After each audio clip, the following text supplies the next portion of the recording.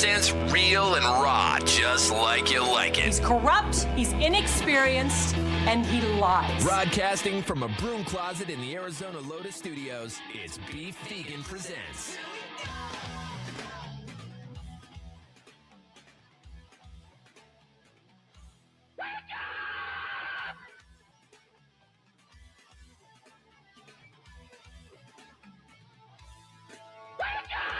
Yo, welcome back to the show. It's Beef Vegan Presents live on Rock 102.1 KFMA, streaming worldwide at KFMA.com on this beautiful Wednesday, January 28th. Good morning, Yas Money. Morning. And good morning, Tucson. Thank you guys for tuning into the show. Got a great one lined up for you today, as per usual.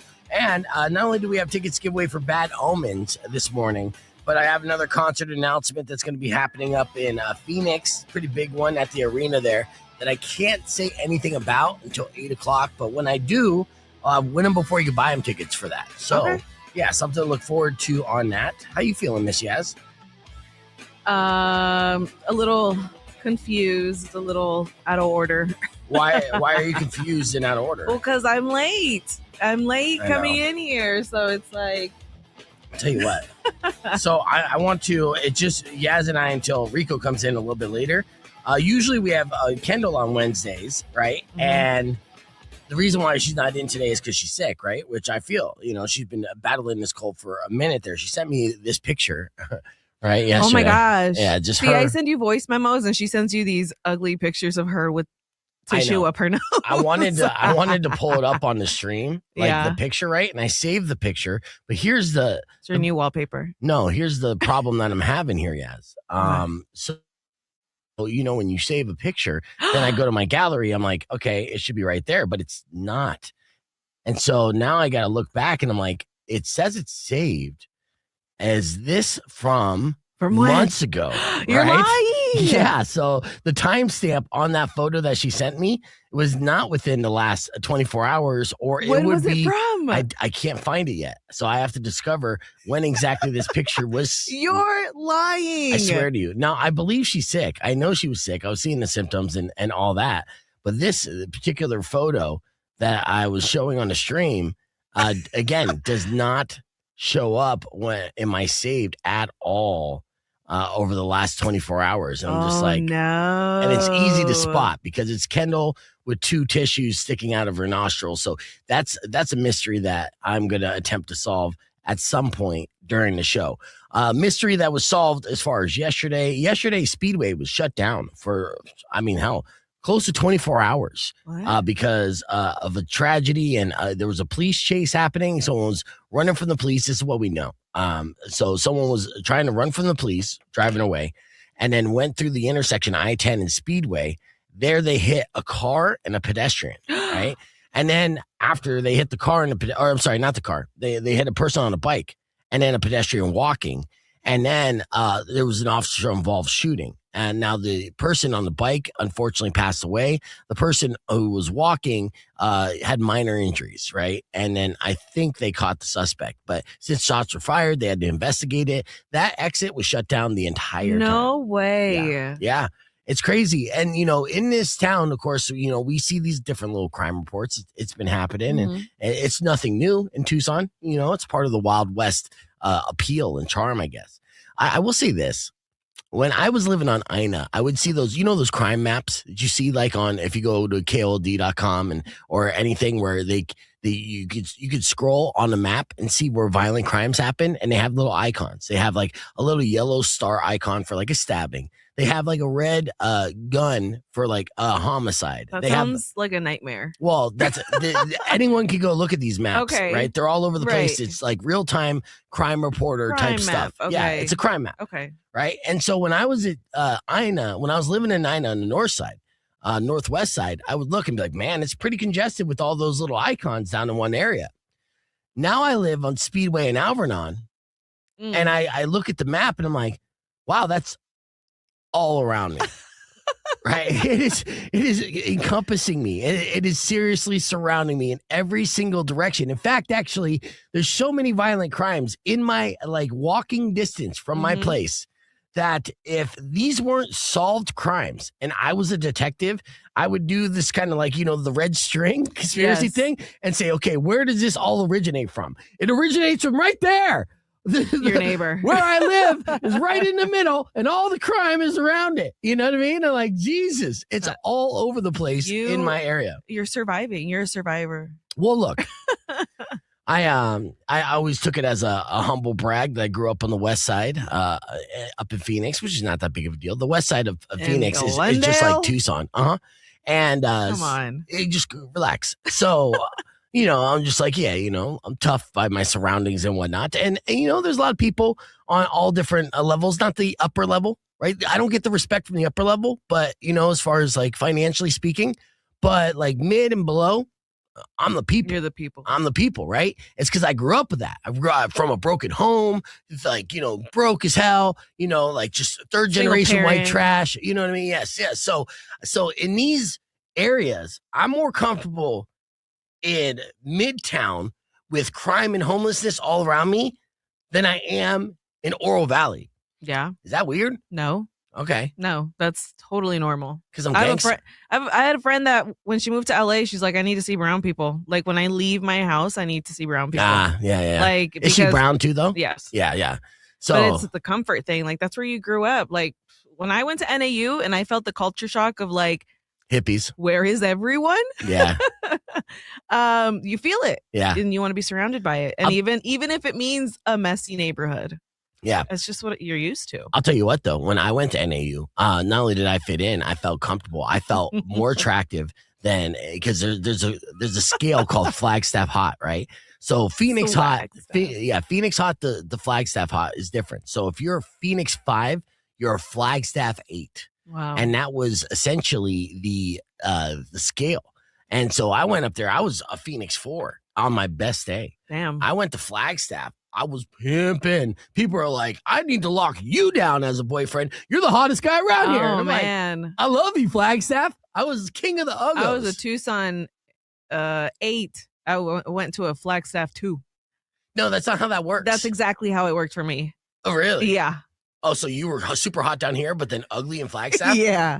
You have to be super busted to be ugly in Flagstaff. I'm talking about the bush on your forehead. Oh, my gosh. Yeah, that's what I'm saying. That's how busted you got to be. Listen, nobody looked my direction. Yeah. Nobody looked over here. Don't worry. If I would have came across you back in the day, I would have smashed, okay? No. 10 out of 10, I would have smashed. God. And you would have been like, you're the hottest guy I could find around here, so let's do this. Nar. All right, we got a great show lined up for you today. Again, tons of tickets to give away, so stick around. Your Morning Moron's coming up after music from Disturbed. Here's Just Stop. I'm Rock 102.1 KFMA. I had to ask Rico what NAR meant. I'm like, it's Australian for no. Okay. All right. That checks out then. Hey, good morning, everybody. Good to see you. Yes. Rico and I holding down the podcast broadcast. I was supposed to have Tonight's Sunshine, but you know what? They never followed up with me. I didn't follow up with them. I should have had Jonathan Russell on tonight because I have that concert at La Rosa. And now with the concert at La Rosa being so late, because I'm looking at this lineup, which is a massive lineup. And, it's ridiculous in a way because 20 bands. Yeah, it's like 6 bands with DJ. And so I know that I'm going to be introducing Jonathan Russell's band, Fire Within, at like whenever they go on, which will probably be like 11 o'clock tonight. And I'm like, fuck me, dude. So long story short, I'm probably going to pre-record a lot of tomorrow's show. Maybe I'll do a podcast tomorrow. Maybe I will not. So I'm just giving you a heads up. It will be on Friday, though. We'll get out there 100%. what, 5 a.m. probably? It's going to be late. Yeah. Even if it's midnight, even if it's 11. Yeah. It's like, forget about it. I mean, I could try to power through, but like I said, I need all the brain cells, and Kendall's out sick, and it'd be easy to just be like, Emil, we'll run it back on next week. So we'll see. We'll have the best podcast that we can today to make up for a lack of podcasts tomorrow. But then Friday, Herb Schaffer will be back in studio, Mari, and everything else, and we'll close out the week strong. So back on track. Yeah, and do a super show on Friday. I just read this X post or whatever. Yeah, what it's is like it? because we're the millennial generation. Serious question for the millennials. My older cousin said she used to, quote unquote, burn CDs for her crush. Yeah. Like with fire? Was that a ritual? Did it work? You guys were literally practicing witchcraft just to get a text back, and I'm scared of y'all. And the guy responds, The old magic will not be discussed with the children of the new. Yeah, that's right. We'll let you know. will not know. Yeah, we burned them all. I burned thousands of CDs. In fact, actually, So many. I still have CD booklets of burned CDs. That's how I DJ'd, and thousands. Permanent marker. Yeah, marking them all. Yeah. And then actually I had little print ups of giving me a call sheet of all the songs on those. And Used to buy those like 100 packs of CDs. Like, Yeah. I'm gonna burn those all, baby. yeah, Yep. yeah, the big the spindles. You Mhm. know, you bring them up. I mean, they were selling them up to like 10 years ago. Oh yeah. And yeah, a whole generation doesn't know what that's all It's a about. lost art form. I'm all about that. That's great. Yep. Then well, we had that technology back then. Good old witchcraft. Yeah. That's funny. All right, we're gonna get ready to do two things here on the radio that you're gonna be able to see here on the podcast, which will be super fun. And I don't know if you guys ever went down the rabbit hole of this before, but we're gonna give you two examples here of how laugh track or lack thereof. We're talking earlier about comedy or like family friend movies. No, that comedies that have comedies horror have plots. horror Yeah. subtext. Yes. And it reminded me for some reason. I'm like, yeah, there's all these videos out there of like funny shows with laugh tracks, but if you take them out, it turns into like a psychological, like twisted horror. Yeah. Dubs, dude. We went crazy on the comment. Rock 102.1 KFMA. Let me share Dubs' comment real quick, just because it's not passive aggressive, it's aggressive aggressive. He goes, Damn. "Oh, I'm Beef Vegan, the radio host. My name's Brad. I need Thursday off. My job's so hard. Effing P. Just messing with you, bro." Tell us how you really feel. Yeah, dude.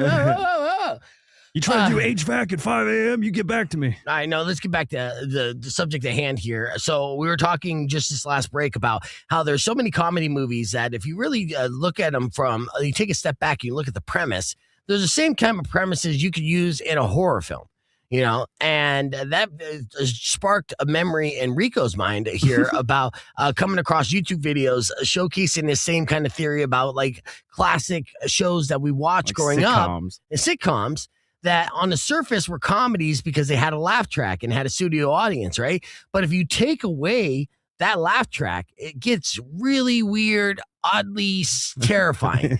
And then on the flip side of that, then there are, shows that are dramatic by nature, but you add like a laugh track Right. and it turns them into comedies. Our And brains, man. yeah. Here's two examples. The first one that we're going to start off with is Friends. Okay, this clip that I'm going to play you is, Ross attacks women. Right, this is without a laugh track, and then you can hear and see how creepy this is on YouTube.com/beefvegan. Check it out. Okay, ladies, that ends today's class, and let's remember, let's be safe out there.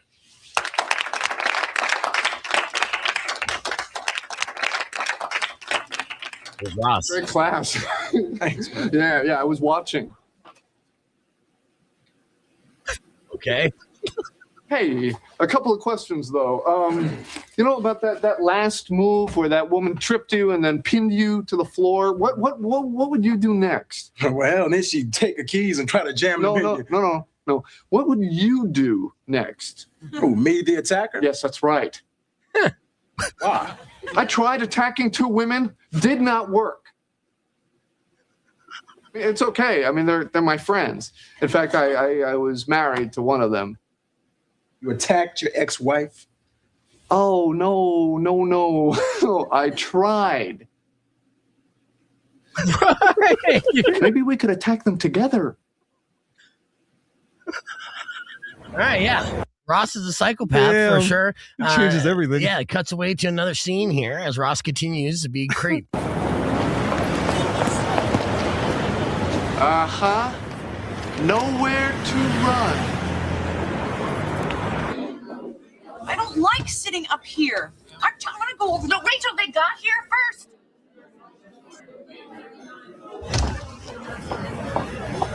There you go. Yeah. Why is Ross doing that? Danger! Oh my God! Why is he jumping on those women? We should help them. I don't think they need any help.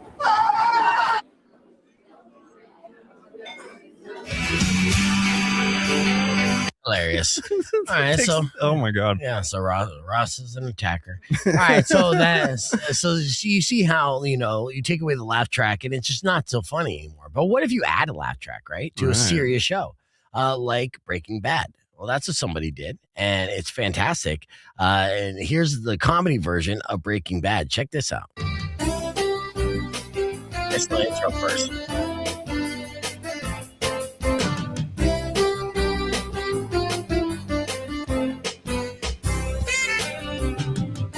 We scrub ahead to this intro here. All right. Right here.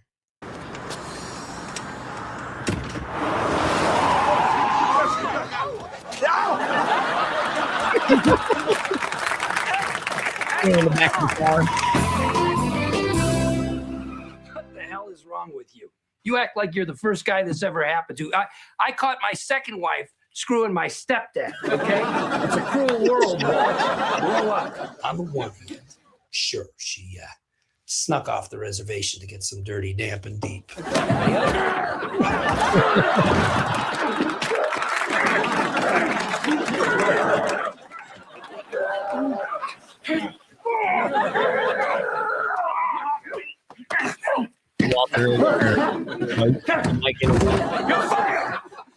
Oh, boo-hoo, I won't cook meth anymore. You're a crybaby. Who needs you? Hey, I'm unplugging the website, so no more money laundering. How do you like that? I want those bugs out of my house today. I want them out now. You just bought a $300 suit, psycho. Look, I've already rewatched Breaking Bad several times. Now I'm going to have to do it all over again, just with the laugh track in the background. It's a whole nother experience. So there you go. All right, I got some new music to play for you here on the FM side. This is 3 Days Grace, Kill Me Fast. You can join us on the podcast broadcast, youtube.com/bfegan. Yeah, that's all right. I know Todd likes to rub off, and that's fine. You can roast. We're all friends here, as long as you got a little JK at the end. Yeah. And like I said, I might do the show. I might be here bright and early by myself, working hard and overtime. When I say working hard, I lift heavy shit too, not just mentally. I'll actually go around and lift things like these. Right. Yeah. So you see in between breaks, he's over here lifting random boxes. Yeah, and chairs. What are you doing? Stuff, Yeah. He's a hard-working man. Nice. Yeah. You're getting calluses. Blood flowing. That's right. JK at the end. Yes. You just have to throw it at the end. You can put a JK at the beginning there, Todd, if you want. You can say JK and then just roast and be like, I hate your guts and your face is ugly. Your voice is shit. Blah, blah, blah, blah. And sandwich it. Actually, if you sandwich a JK, it'll help it go down. It's like a spoonful of sugar helps the medicine go down. Right? You got them all riled up. I know. That's all right. Are you and Todd going to have a charity boxing match by the end of the year? Nah, dude, that's my bro. Yeah, I would never do that. Box? No, I mean, you box friends. Yeah, no, for money. I wouldn't box Todd. Yeah, he's a killer. Yeah, no, he's got the rage of 10 men. So yeah, I'm not trying to box Todd. It's all love. And then he just he'll try to murder me, right? It's for charity. Speaking of boxing, Patty Pimblett did release a statement on his Instagram, giving flowers to Justin Gaethje and, saying the better man won that night, but he'll be back. And, so a pretty good mentality. A lot of fighters are shitting on Patty Pimblett, saying he didn't even deserve the opportunity. And really? Yeah. And it's whack. Crazy too. Yeah. And they're hating for sure. They're hating. But with that, they say, one fighter, and I didn't even know this fighter's name, so this is definitely a hater, and take it with a grain of salt. But he's like, all you can say about Patty about this fight is that he had a good chin. He's like, yeah, you're getting your ass kicked, and you don't get knocked out, but you have a good chin. And so I'm like, I see the argument there, but there were moments that it looked like, he had Gaethje kind of on the run, and if it wasn't for honestly, Gaethje getting him in that first round, hit him in the solar plex, which Justin at the time didn't even realize how he hurt him. He said right after the first round, he went to the corner and he's like, he's hurt. I don't know how, but I don't know what I did exactly because it moves so fast, right? You're in that moment. You're reacting off of instinct and, split decision. and just split-second stuff. And so he goes back, he asks coach, he's like, how did I hurt him? Like, what did it? I got him on the ropes. I know that he's hurt. But what did I do? You know? Yeah. It all happened so quick. Yeah, all happened so quick. So, of course, now he probably knows when he gets to watch the tape and everything else. And yes, the better man won, but, Patty's still young. Is he the only fighter to go 5 rounds with him? No, I don't think so. I'd have to double check that. Yeah. Well, that could be a possibility as well. Crazy. I will say this though. I am concerned about Sean O'Malley. Said in numerous interviews afterwards that before the fight he was watching Patty blow out vape clouds, just blowing clouds before the weigh-in, and thinking to himself like, "What in the hell is he thinking?" Because obviously there's for a premier athlete, you don't want to ingest a toxin like that. For the lungs, for the blood cells, for everything else. Now, he's still young, and I guess you can get away with it to a certain extent, and nobody was questioning his cardio. Right, exactly. But yeah, it's a bad look. Yeah, optic-wise, people can defend that too. Like, it opens up the lungs more, blah, blah, blah. I just think he might be better off without it, and it doesn't surprise me that he's addicted to nicotine because he's addicted to food. Right. And those post-fight things whenever he bloats up with burgers and everything. He'll gain 40 pounds super fast, right. Dude, and you could do that when you're young, but, when he's older, you expect a fat Patty Pimblett at 40, right? Like if he's around and we're around to see him at 40, he's going to be a large man. There's no way around it. Big scouser. Yeah, because then he won't have the fights and the camps to motivate him to cut all that out of his life and do 2-a-days. But it works. It makes sense though, because you can get super fat and then you go train and that turns into lean muscle, So I don't know. Again, I know that I'm a novice fight fan, right? I'm no expert, and there's a lot of people out there that take it very seriously and know all the particulars. But I have been following UFC since UFC 1, and from an outsider's perspective, I'm still thinking. I'll tell you the one thing I do miss about Patty Pimblett though, that I haven't seen since his first fight. And his first fight, he made such an impact, right? Where I immediately rushed to you and said, "Hey, we found our favorite new fighter." Right? You remember the day that I said, "Hey, check out this guy." Oh, everybody was on the Patty bandwagon. Yeah, we all jumped on the Patty bandwagon. He was the replacement for Connor. Yeah. So it wasn't me that introduced you to him? No, we talked about him. Okay. We knew about Patty. Okay. So anyways, what I liked about Patty when he went in, not only was the line that scousers don't get knocked out, it's that he went in with like a psycho look in his eyes. Like the lights are on, but nobody's home. You remember this? You recall? So, and then how he walked into the octagon, he had that stupid haircut and he looked like he just murdered someone or wants to murder everyone. And that cold, crazy look added to the psychological game. Now, fast forward to mainstream successful Patty Pimblett. This guy's coming in, dancing, smiling, right?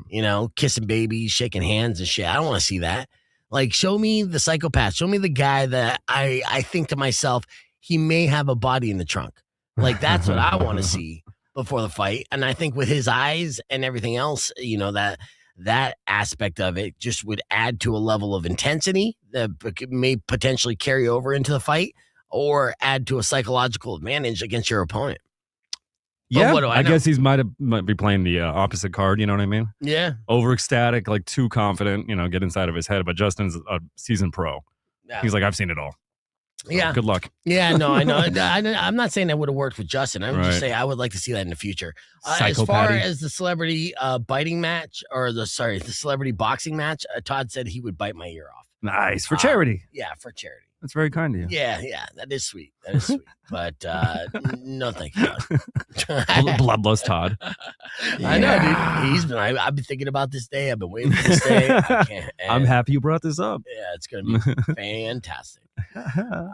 Let's see. All right, let me see. We got a lot to get to here as we reset. I want to. Do we have any updates on Avengers Doomsday?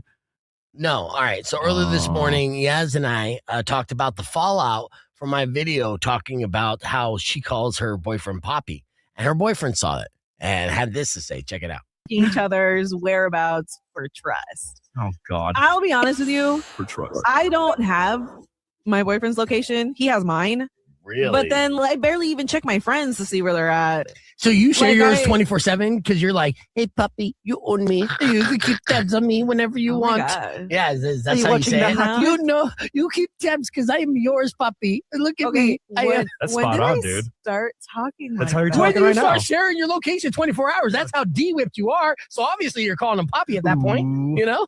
Wow, that's not it at all. Look, All right. So, there's an update on this because, your boyfriend saw this as well. And you Okay. guys discussed as to why you have. I had to ease him into this clip because it's absolutely crazy off the bat, right? Like, I just felt like I was like, we talked about you, we mentioned you, and then it took a turn. Yeah. Is he mad that you don't actually call him Poppy, or do you actually call him Poppy? No, I don't call him Poppy. Is he like, can you do that now? Because that actually. You're so stupid.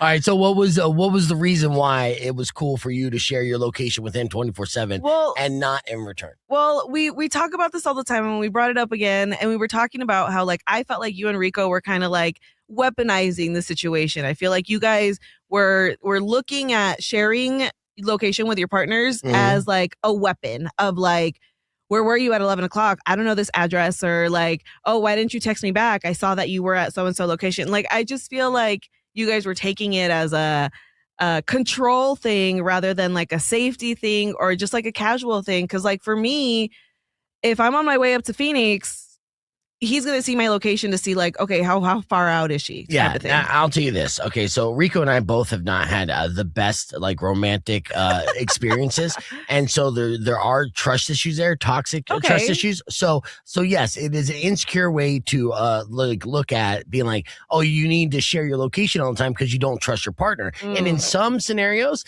that's exactly the case. But there was a woman who commented on this reel on YouTube that said, LMAO, no, it's not for, it's for if I go missing, at least someone could track me. Yeah. That will. Like safety should always come first in a woman's mind. Yes. But see, in hindsight, you're like, yeah, that's the reason why. Yeah.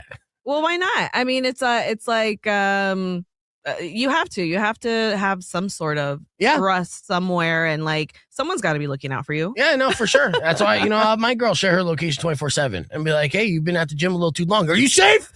Who are you safe with? You seem too safe. All right. See, this is why my relationships don't last past 3 Get years. it together. Oh my gosh. On 2.1 KFMA, welcome back to Beef Vegan Presents. Joining us here, ESPN Radio's Justin Spears. Welcome back, Justin. What's up, big dog? I'm bigger than you, so it's okay. Okay, yeah. It's fat on fat love. All right, so here's the deal. I want to talk to you about a couple things. First and foremost, yesterday, Belichick was trending on Twitter because, they announced the NFL Hall of Fame. Yeah. And a lot of people assumed that a head coach of six Super Bowl wins, not actually counting the Super Bowl rings that he got with the Giants as an assistant coach, that he was going to be a first ballot Hall of Famer. Yeah.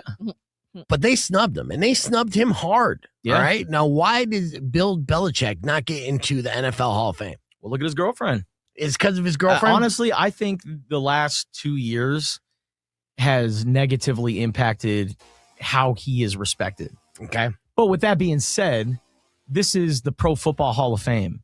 This is not a popularity contest. Right. This is, without a doubt, one of the biggest snubs ever in professional sports.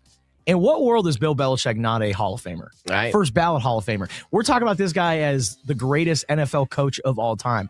Sounds like a first ballot Hall of Famer to me, man. Yeah, that's been said. I will say this. This is what I'm thinking. Okay, first off, like in the weeks leading up to this, there's been stories coming out about how he had toxic on-field, off-field culture in the New England Patriots. I've seen that, and as credible as that may be, who knows? But we all knew that Bill Belichick was kind of like a hard ass when it came to his coaching style, and people found it difficult at times to be led by him or be in that regime. The people, fled from there before and retired and unretired and things like that, right? Thinking about Gronk.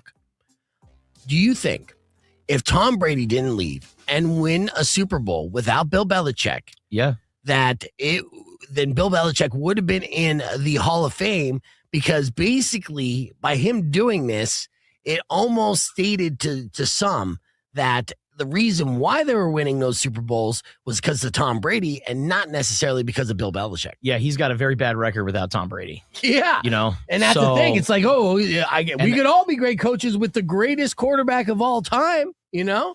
Yeah. So I think that might have something to do with that as well, but you still can't deny the fact that we're talking about damn near 2 decades at the helm. Yeah. And still won 6 Super Bowls. And yes, I know Tom Brady had a big hand in that, but you're also still the coach that's leading it. You've had the standard. You've had your way about doing things. They always talk about the Patriot way. Yeah. And a big part of that is Bill Belichick and the standards that he set. So you think they're still, how the head coach of the Patriots now, who are leading them to the Super Bowl, didn't he play under Bill Belichick? Yeah. So is he still instilled that culture? They're carrying that culture forward? Absolutely. Okay. If you look at the Bill Belichick disciples, Josh McDaniels, Matt Patricia, now Mike Vrabel, like, are any of these guys like future Hall of Famers? No. Okay. We'll see with Mike Vrabel, but like he has a coaching tree. He's got Super Bowls. He's got the success. I understand people are, a little intrigued by his girlfriend situation. That might have impacted him, but he's the greatest NFL coach of all time. Well, speaking of his girlfriend, let's think about this as a theory as to why.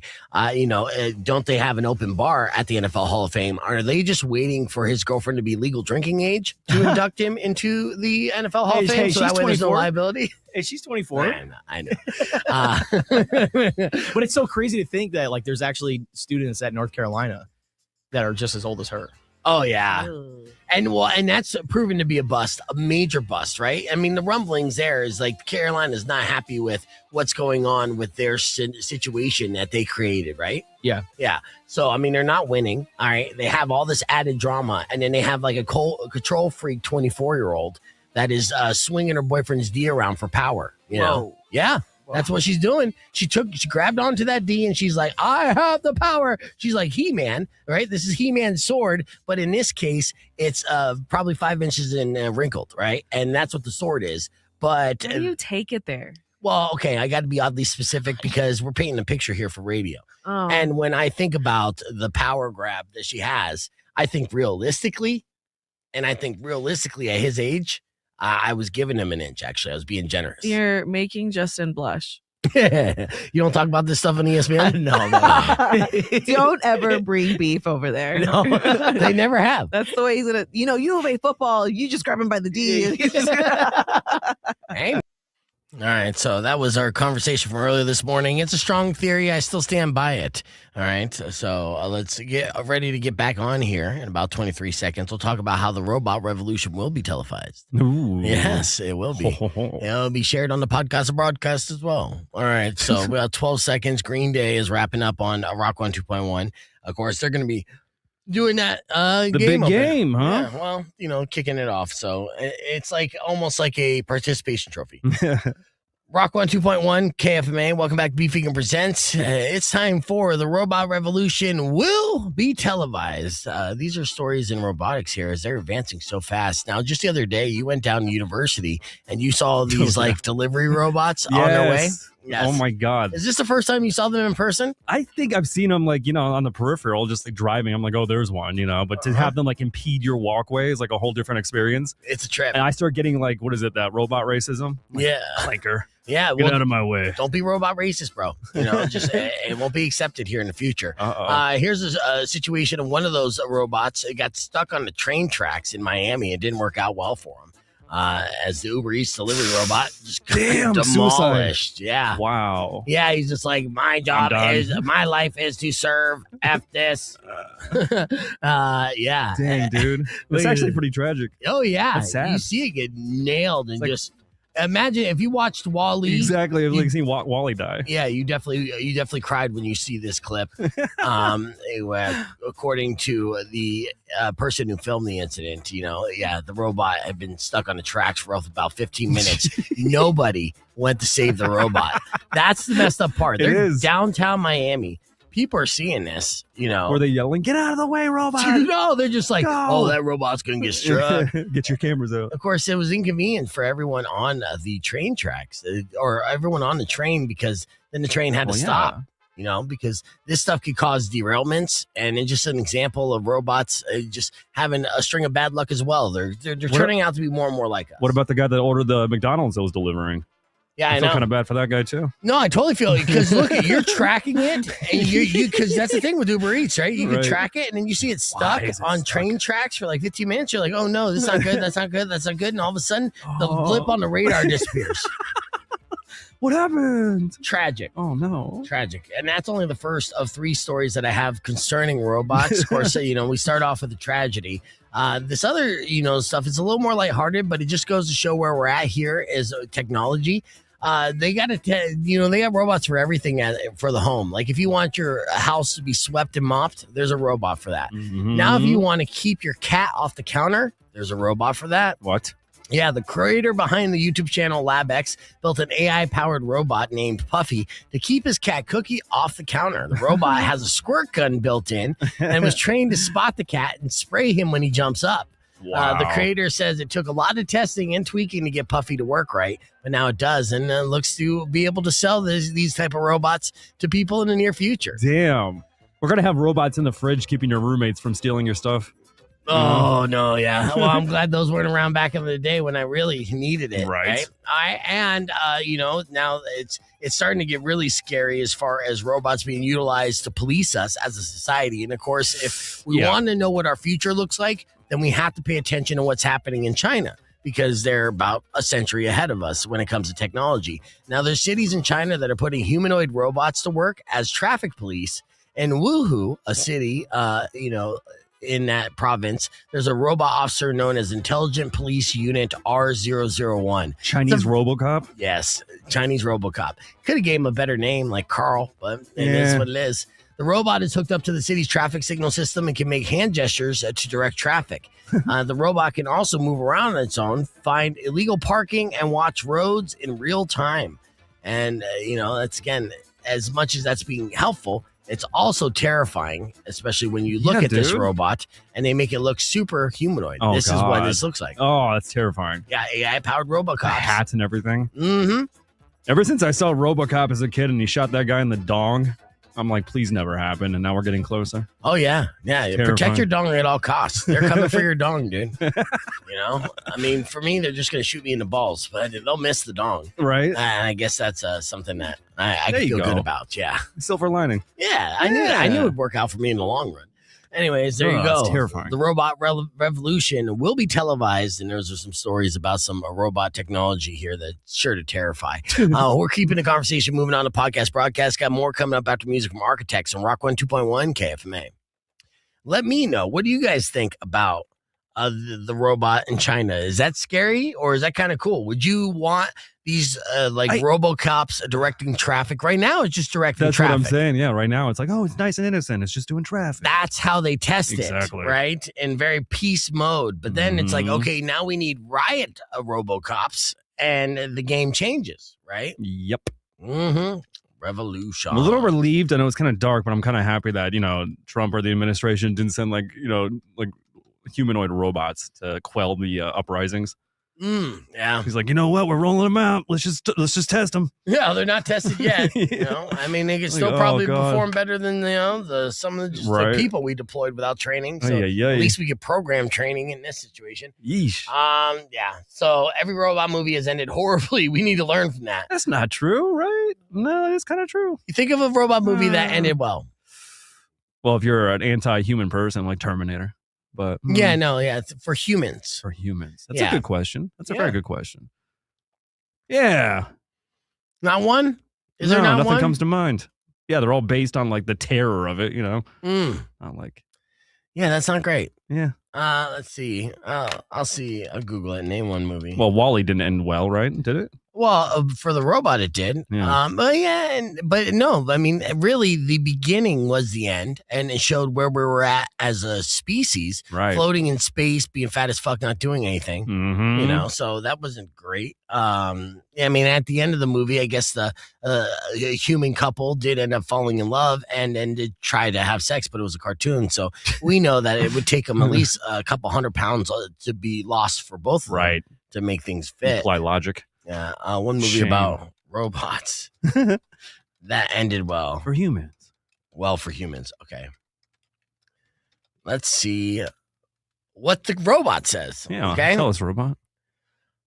Okay. Quick answer for on air. There basically isn't one.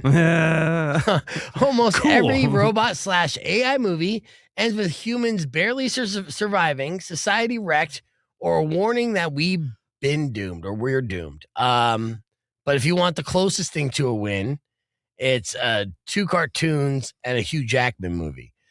Big Hero 6, robots save people, no apocalypse. Wall-E, humans screw up Earth, but robots help fix it. And in Real Steel, robots punch each other, humanity vibes. I guess if you think about aliens, like the droid that kind of helps him at the end. The first one, he was evil, but then they programmed him to be good. Like, okay, yeah. I guess. They wouldn't even mention that. So every other one is basically Terminator equals extinction, Right. iRobot equals uprising, Ex Machina equals we're cooked, and The Matrix equals batteries. Right. Yeah, so Cool. Multiple choice. Let's choose your own adventure. Yeah. Yeah. I guess Good luck, everybody. So, yeah. All right, yeah. I guess we could attempt to learn from that, but I don't know. There if was that that footage recently too. I know the Chinese traffic cop is a thing, but I know there was like some kind of like, again, China, I believe. There was like some concert where there was like this robot that kind of went haywire and nobody could really stop it. It was kind of like punching like one of those railings at the concert, like going back and forth, and people like, oh, like there's nothing we can really do about this. Right. Squirt it with water. Now I got to get my own robot, program it to be able to protect me and save, yeah. No, There was that whole Black Mirror episode about that little tiny the killer robot. It's like a little walking box, like those Boston Dynamic ones we see. The whole episode's about just one of those things chasing a group of humans, and hunting them down. Yeah, I'm like, ooh. Now, Wasted Cheese said Terminator sacrificed himself to save humans, and with a thumbs up. Yes and no. There was multiple Terminators after that. So, and on a whole, yeah. Yeah, and if you look at the time travel aspect of Terminator, then that was just irrelevant because that was only just a day. So it's like it didn't necessarily save humans. In fact, actually, as you continued on in Terminator storyline, the lore, we're doomed no matter what. Skynet. It happened. And continued to happen, and no matter, because of Arnold's sacrifice and that thumbs up, iconic thumbs up. You can't kill people. Why? You just can't. I know. Oh, John Connor. I know. So that's crazy. And you're right. Yeah, humanity couldn't escape their fate. Skynet happened no matter what. Exactly. So, yeah, that's. What do we do about this quandary? Just unplug completely? Do we go back to the olden times? Pre-industrial revolution? You down? Yeah, I'm down, but I don't think that'll happen just because big business. We don't make the rules, unfortunately. That's just how it works out. I know. Sorry, I'm not trying to be depressing here. You do see that footage of like those tribes that have been untouched by humans? Like the footage of them like, going on some kind of like island somewhere. They're like observing them. They're looking at people with the cameras like they're demons. Like, damn, they don't have Wi-Fi? How do they live? Yeah, here, let me get this set up here as a hard reset. Let's talk about this beef of the week. The beef of the week is Candace Owens versus Erica Kirk. This just happened, and it's crazy. So Yas brought it to my attention. We talked about it and have audio as well in case you didn't hear it at all. So check this out. Beef jerky. Yeah, just a sausage, but that's weird. Just a Slim Jim in the shower. Yeah, definitely not a corn dog. Definitely not a hot dog. Well, some on stick, anything on a stick will do. But either way, there's another edition of Yas or Hell No. Excellent, thank you, Yas. Here. KFMA's Beef Figure presents. Time for your beef of the week. Here's your beef of the week. The beef of the week today is Candace Owens versus Erica Kirk. Yes. Oh man, didn't see this beef coming, but this has happened almost immediately here after Charlie Kirk's passing. Candace Owens has been very outspoken against Erica Kirk and her MO and how much she really loved her late husband. She just released leaked audio from Erica Kirk celebrating hat sales and attendance numbers right after Charlie Kirk's memorial. So listen to this. Not been dead for 2 weeks. That's where you have to go back to. not even 2 weeks after Charlie was publicly assassinated. The obvious point of this call to set this up is to introduce Erica. She's a new leader. Not even introducing, she's just heading up this call, but obviously she's going to be at the helm of this. So they're getting to know her. So let's take a listen. Hi, everybody. I still love all these emoji Zoom things. Wow.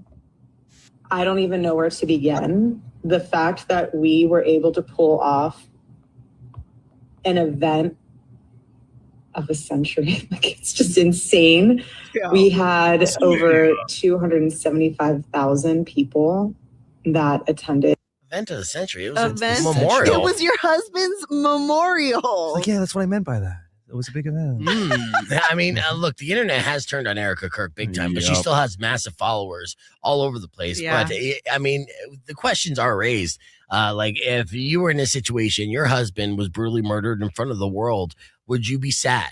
Hello. She tried to look sad and give her credit, man. Yeah, the crocodile tears. And then she showed those lizard eyes, you know, like, whoa. I mean, we're all watching it. And Candace Owens is, you know, and I'm not pro Candace Owens by any means, but she is. But when you agree with Candace Owens and you're like, wow, she's got a point. Yeah. The point is, this is not necessarily technically mourning. And the stadium, overflow, Westgate. Insane, you guys. And then you have. I want to remind you that Charlie has not been dead for 2. Okay, I'll go to the next one here. It's right, the arrow. Yeah, show dad. Yeah, show dad. Yeah, okay. I'm gonna hit that arrow, but let me just get this here real quick. I'm just making sure I don't. All right, so here's our next one. Was it 100 million? We had thousands that were registered to vote.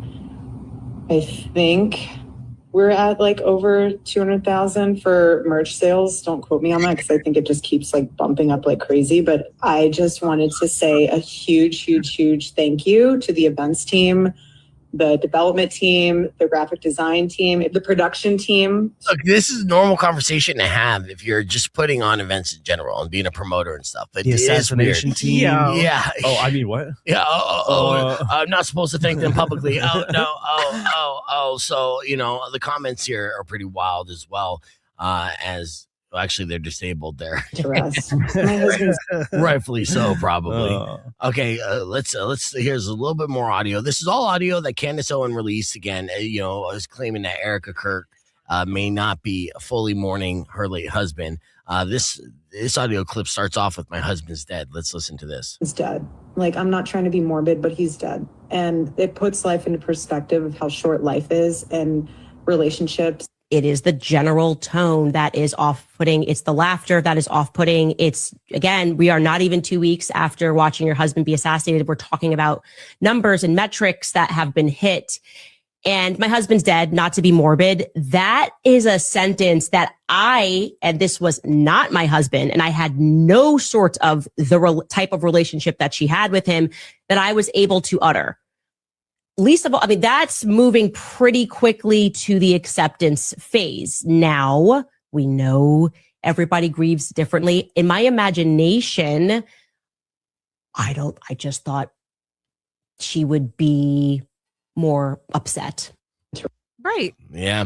I mean, it's a strong argument. And again, she's still going scorched earth on Erica Kirk. So the beef of the week for sure is going to be Candace Owens versus Erica Kirk as that continues to develop. Of course, no word or response from Erica Kirk here recently. She has been on the record. Her response is, we sold more t-shirts. Yeah. Thank you. Thanks for the merch sales. Yeah. Thanks for the views and the likes. Yeah, I've never seen like a public opinion sway. Now, obviously, not from a sector. There's a sector of people who are still massively supporting and say, you know, this is a grieving widow, and you're absolutely right. It should, but she hasn't shown that grief beyond the memorial that she was celebrating privately, right? For based off of hat sales and everything. And of course, they're raising money for a larger cause, and that's a political movement and whatever the case may be.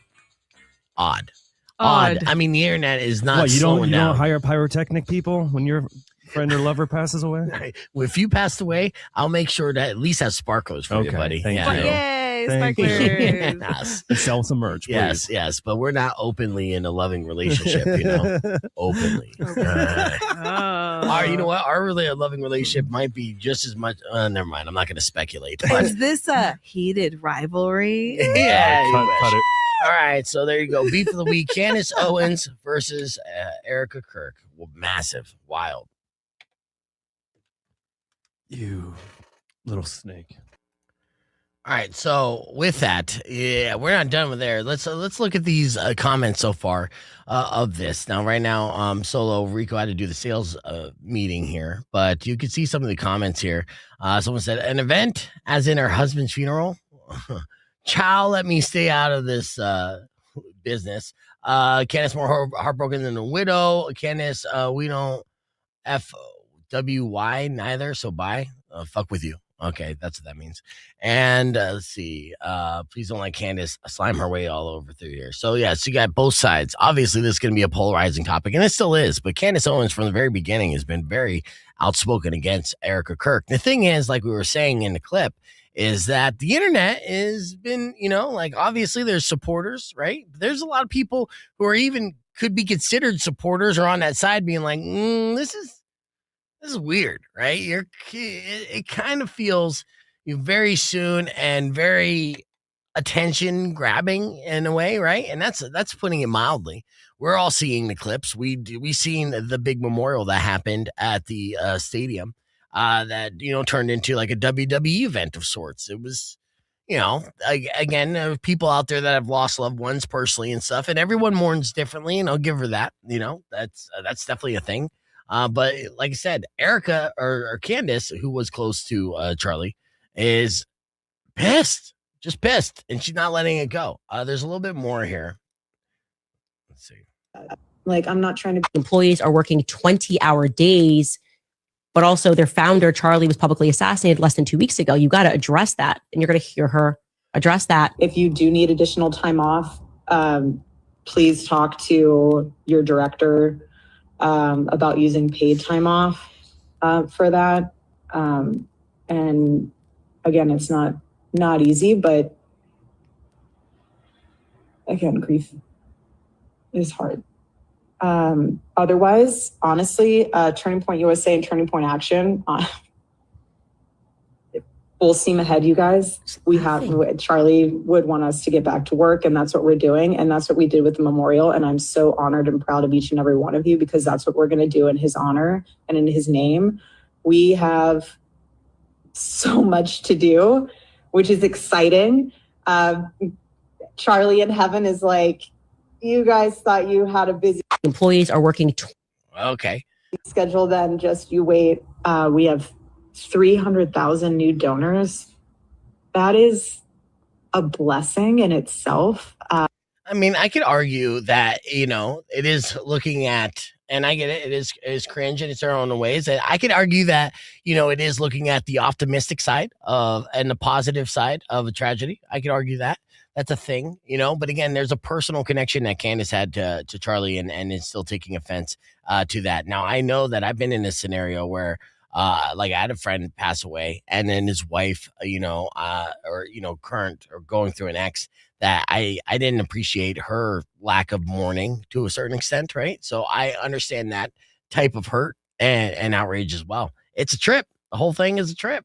But that's definitely a beef of the week, and I will leave it there because I don't want to get too deep into the muck on that, because that's what it comes down to at the end of the day. And unfortunately, even things like this, which is very weird, polarizing to say the least, right? People have their strong opinions because it's still a political tinge to it, and with both of them being seemingly on the same side of the political spectrum, and they still kind of are, but this is where it gets a little different. And then the rest of it, you could comment on the internet when you see these posts. You see all the other posts and comments continuous, and it also continues to get strange. We'll see what the future brings. But, from there, of course, you get a little backstory of Erica Kirk's life, her parents, her upbringing, her involvement in the beauty pageant, her way that she met Charlie. All of that, is fuel for internet speculation, which they continue to, go right on there and be like, oh,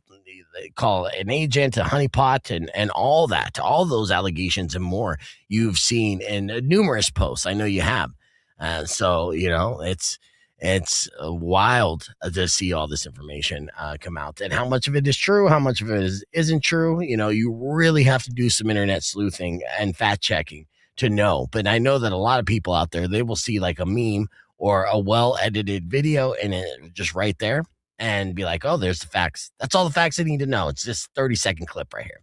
Like I often cases far more complicated than that, and, there's a reason why, if everything is so put together and so enraging and engaging, then there's a good chance it could be salacious on purpose and designed for that same method, just to get your attention and to get you to click on it and get you to share on it. So I'm always skeptical when I see something that's like wildly entertaining and like, oh my God, that's mind blowing. But then at the same time, I got to take a step back and be like, am I getting duped again? A little bit? Is this an exaggeration of the truth? A little bit? Because sometimes it's not even a lie. It could just be an exaggeration of the truth. But even that exaggeration of the truth can get you in hot water when you try to defend it as gospel. Right?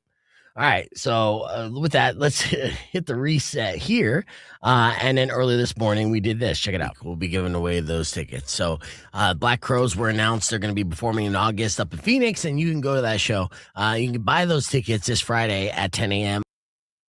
all week long for your opportunities to win them, and we'll have plenty. All right. So with that said, are you prepared to become unstoppable in the bedroom in 2026? Am I ever? Yeah. Tell me more. These are all my bros out there. And even I didn't like this segment as much, but we did react to the Deadpool, or I'm sorry, the Daredevil.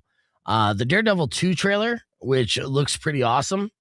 And I want to show a little bit of it here for you because I know that it was not great radio. So let me show you this part. I saw something yesterday that said that they're in the talks of Deadpool 4. Okay. That it's in the works. Yeah, that's what this is too. Yeah. Just reiterates that, which is great. All right, now let's talk about something that is definitely going to be coming out, and I know that you guys are a fan of. The new season of Daredevil, Born Again. Disney Plus just dropped a trailer. Yes, which we want to react to right now here. So have you seen this, Rico? Mm-mm. Okay, so here's the Disney Plus trailer of Deadpool 2. We'll play a little bit of it on audio on the radio.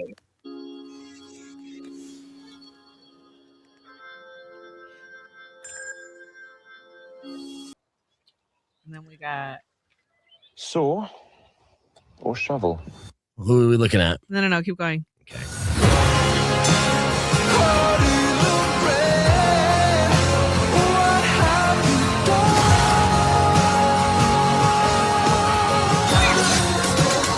Back from the dead. Yeah, that guy. Back. Okay, yeah. So they're bringing pretty much like the all-star cast.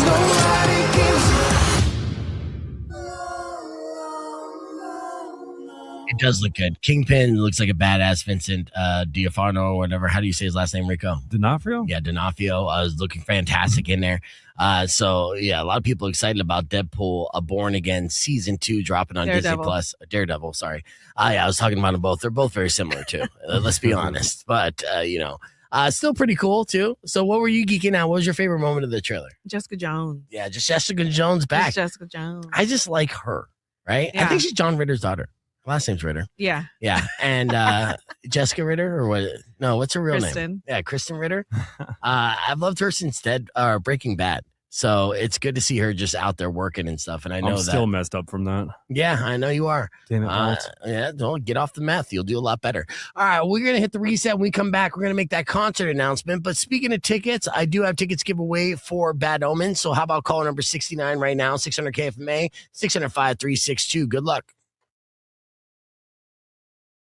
Rock 1, 2. All right, we're almost done. Got about 45 seconds here on the podcast broadcast. I'd like to thank everyone for joining me, of course. And sorry if we pivoted and went down a rabbit hole or two. But tomorrow may or may not be doing a podcast broadcast. It looks like Instagram disconnected my live stream, and it was probably because of the Disney Plus trailer that I played. It's either that or the Erica I mean, there's numerous reasons as to why this episode's probably going to get shadow banned, but I like you. I appreciate you for watching live. And that's one of the reasons why you watch live. So when they tell us to take it down, you'll be like, I seen it. I was there. So, all right, it's time for a beat tip before we wrap things up. And I'd like to thank everyone for listening to the show. As always, tomorrow morning we'll continue to give away tickets for Bad Omens. But until then, I don't know if you missed it, but they did set the doomsday clock to 85 seconds to midnight, which is the closest to catastrophe in history, right? So what does this really mean? And the honest answer is probably nothing, but a reminder that you should live every day like it's your last and live it to your fullest, and make sure you reach out to your loved ones and try to make each day the best day ever. That's all you could do in this world of uncertainty. Now, I'm not terrified or freaked out by the doomsday clock. I think it's much ado about nothing, but oh, damn, I ran out of time. Cool talk, bro. The idea is just live life. YOLO. It's going to be fine. Thank you for listening.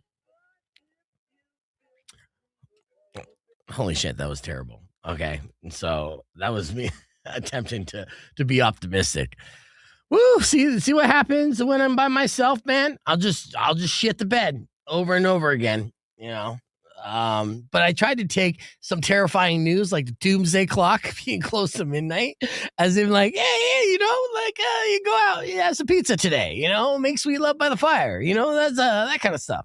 You can't control what's going to happen on the doomsday clock, but you can control what you have for lunch and dinner, So, and I was going to stick that landing. It was going to be amazing. You guys know that it was going to be amazing. It just time, I got a hard out and it went right into AC/DC after that. So people stopped listening. Thanks, David. I appreciate it. And yeah, we will end it on that positive note. Now, for the rest of you guys, if you're looking to do something tonight, you want to party on a Wednesday night, La Rosa, I'll be out there hosting this huge concert event, and they showcased all the lights that they're going to be doing for this show, so it's going to look really cool. And yeah, I was cooking. Thank you, Dubs. But yeah, I'm excited about tonight's show. Nonetheless, it's so much so that I am gonna, pre-record a bunch of stuff for tomorrow. A lot of stuff that you probably haven't heard. So if you are driving into work and everything, you'll be entertained. And most people who don't, get the backs, the behind the scenes podcast broadcast stuff, which, there's a lot of listeners out there that don't watch the podcast. Actually, a lot of them probably don't even know it exists because this is really a 9 o'clock hour type deal. And the rest of the day, like people listen traditionally when they're on their way to work, and whatever that 30-minute window is, whether they go to work at 7, they're listening 6:30 to 7. And we're not talking about the podcast broadcast too much then. So, there's people who listen to the show for years that don't know we're doing this. So this is cool because this is a behind the scenes of like how everything is made. And it's an exclusive club that I'm happy that you guys are a part of. So basically what I was saying there is like a lot of this stuff that I'm going to be recording and uploading is stuff that you guys haven't heard before. And to many who are on their way to work will think it's business as usual. But for me, it'll be meaning that I'll be able to sleep in and be lazy, because I work so hard, right, Dubs? So I will say if it's a new segment or recording and catches me off, like, wait, is he live? That's the magic. I have some magic there, and and it's very hard. So doing a show like this today, knowing that I want to pre-record a lot tomorrow, is actually a harder show to execute because I'm doing a live segment and then I'm recording a segment for tomorrow, and it just constantly boom, boom, boom, boom, boom. And also, it's also difficult based off of just the current events, right? Getting enough content that will spread out throughout 2 days without just kind of regurgitating some of the same stuff over and over again. Now, luckily, we have benchmarks and opinion pieces that help make things evergreen, but it's still not easy. So, there's a little extra heavy lifting there that I've been doing just to try to make it sound as good as possible, because if I'm taking a day off, I still want people to listen, and I don't want to lose the potential momentum or lack thereof that we may have. So yeah, that's the case there. But if you're not doing anything and you wake up later and you want to join us at La Rosa, it's a rock local event, a low dose show, and it's for charity, and it's a celebration of life for Jonathan Russell, who has beaten cancer and has his cancer in remission. So there'll be good vibes there as well. And Zenora and Fire Within and a bunch of great bands are going to be on this lineup. And honestly, I've been to La Rosa now a couple times. And every time I've seen a band that I've seen multiple times at La Rosa, it's the best I've heard that band, right? So like Carlos Izarrate, his best set that I've ever heard him do was at La Rosa. Roger Klein, the best sound and set that I've ever heard him do, and I've seen Roger so many times, was at La Rosa because the sound in that place is magical. And yeah, you know what? I mean, I'm going to get more of those Florida Man theaters, and I'm glad that you like those, Patrick. So yeah, just keep reminding me. I have several scripts that I have kind of like banked. It's just about getting the players in studio and being able to get to those. But yeah, we'll be doing those again here soon as well. And maybe even we'll squeeze one in on Friday. But yeah, that's it. All right, that's all the time that I'm going to do for the show today. But again, I appreciate you guys so much. You don't even know it. And I will be back live on the podcast broadcast, if not tomorrow, Friday. So thank you.